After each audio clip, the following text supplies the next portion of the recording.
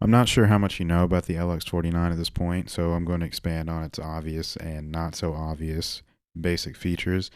First up, the obvious, we've got 49 velocity sensitive synth action keys. They are full-sized and have a nice medium tension to them. They're also completely covered, like piano keys, which is a nice touch. And then as far as the other MIDI components go, you have 8 velocity-sensitive drum pads, 9 faders, 8 rotary pots that feel really good and have a perfect response, as you can see on the little display here. 6 transport buttons, pitch and mod wheels, octave and transpose buttons, mixer, instrument, and preset selection buttons. The actual preset button gives you access to 5 user presets that you can select using the octave or transpose buttons, and the mixer and instrument buttons each have their own read-only presets. And on the back, we've got a foot switch jack, USB port, and power on and off switch. I also want to point out that in the box you do get an actual printed manual as opposed to a little card or something, or even nothing at all.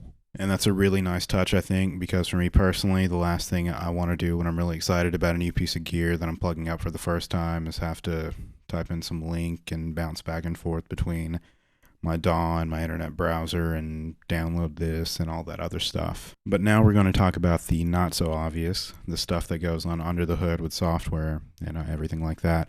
Before I get to the DAW stuff, I want to take a look at the LX49's own function capabilities.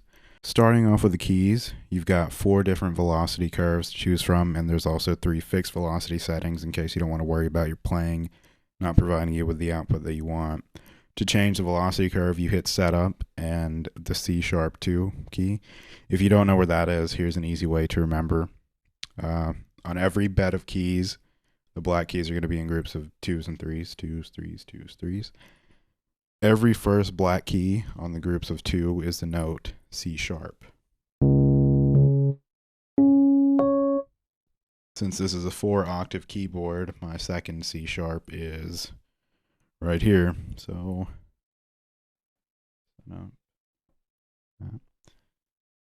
now that I've pressed that, you'll see these characters on the display that represent my current velocity curve. If you're just starting out, there we go. You'll probably be seeing this UC1, which is what the display shows for the normal velocity curve that will focus on mid to high velocity levels. To change the curve, you just go to the keys that have the plus and minus symbols above them, right here. UC2 is soft. The manual refers to it as the most dynamic curve with a focus on the low to mid velocity levels. Next, we have the hard setting that will focus on higher velocity levels. I really like what the manual says for this one. If you don't like exercising your finger muscles, this may be the one for you. So that's what I'll go with because I'm kind of lazy. Then there's UC4, the linear curve. The manual says that it approximates a linear experience from low to high. Moving on from here, we're going to have the 3 fixed velocities. UF1 is fixed at 127, UF2 is at 100, and UF3 is at a velocity output level of 64. Keeping with the theme of velocity curves, we're going to move on to the pads up here. I want to comment on the actual feel of the pads. You probably wouldn't expect the pads on a MIDI keyboard to be very good since they're not the focus of the controller, but these pads are actually really, really nice.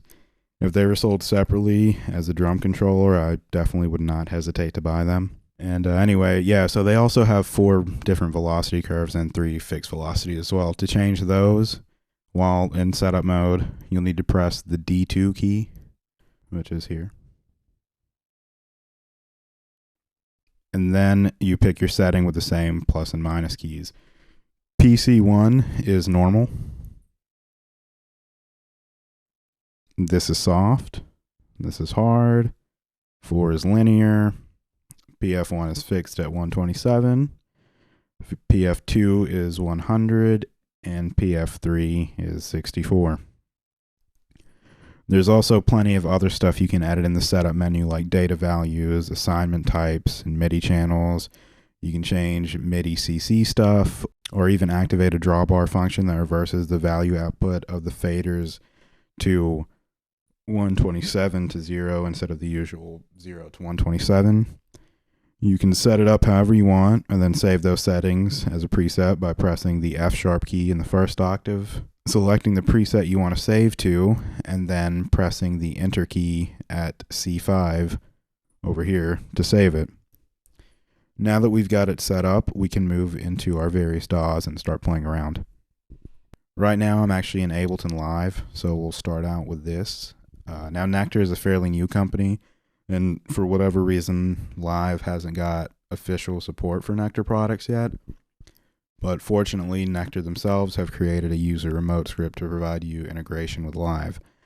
So to download that, we'll need to go to nektartech.com, click on support, go here to the Ableton Live bit, download, and on this page it also tells you where to copy the Impact LX folder.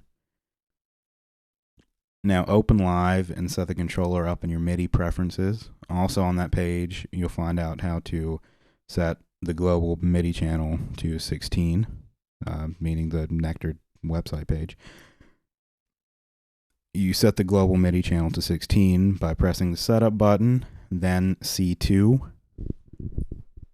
Let's start over again. Okay, setup, C2, and then mine's already set at the global MIDI channel, which is 0.1.6. If it wasn't, you'd press C3 over here until it gets to that, and click setup to exit. And then once you do that, you're going to press the preset button.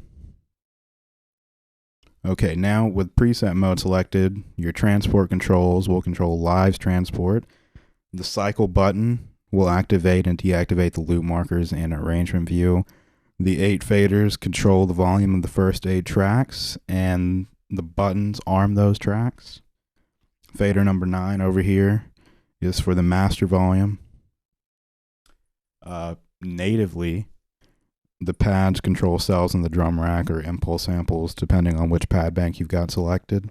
But in addition to that, given that Live is a unique program, the pads can have the unique function of launching scenes or clips with some easy mapping via Live's MIDI learn function. And the knobs control instrument parameters for the selected track, whether those are macros or whatever is set up.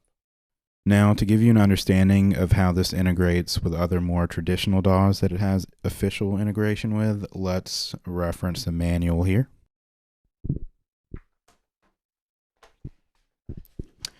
It's on page 5 in this one. Okay, Nektar DAW integration. If your DAW is supported with Nektar DAW integration software, locate the Impact LX DAW integration folder and run the installer you will find in that directory. In the same directory, there is a documentation folder. Open it and locate the PDF file that's applicable to your DAW. Follow the instructions in the PDF for any additional setup, as well as learn how the integration works. If you're not able to find installation files for your DAW, you may want to check if it has been added later to the support list. You can check that at nektartech.com. So you'll just put in this disk and do that. Just install the thing or things that you need and drag the documentation over to your desktop or wherever you want it for easier access. Okay, so I've dragged the PDF files that I'll need to use onto my desktop, those being Reason and Cubase. I also went ahead and brought GarageBand over here because why not, since I have a Mac. Okay, so browsing through the various PDFs for the traditional programs, most of them are kind of similar in the way that you can control things with them. For instance, your transport is always going to control your transport anyway, but when you're in mixer mode in those programs, when you're in mixer mode in those programs, this is going to control your track volumes and your arms and things like that, and these are going to control pans. And then when you go into instrument mode, that will control your various VST parameters, your plugins or your instruments or devices. If you're in Reason, that means your rack devices. If you're in Cubase or something else like that, that means your synths or your batteries or whatever. But yeah, all of this applies to the entire range of LX controllers from the 25 to the 88. And there's some other DAWs that have integration with it, like Logic and even Bitwig, which at the time of making this video has just received release date in a couple months. So I can't wait to check out how this works with that.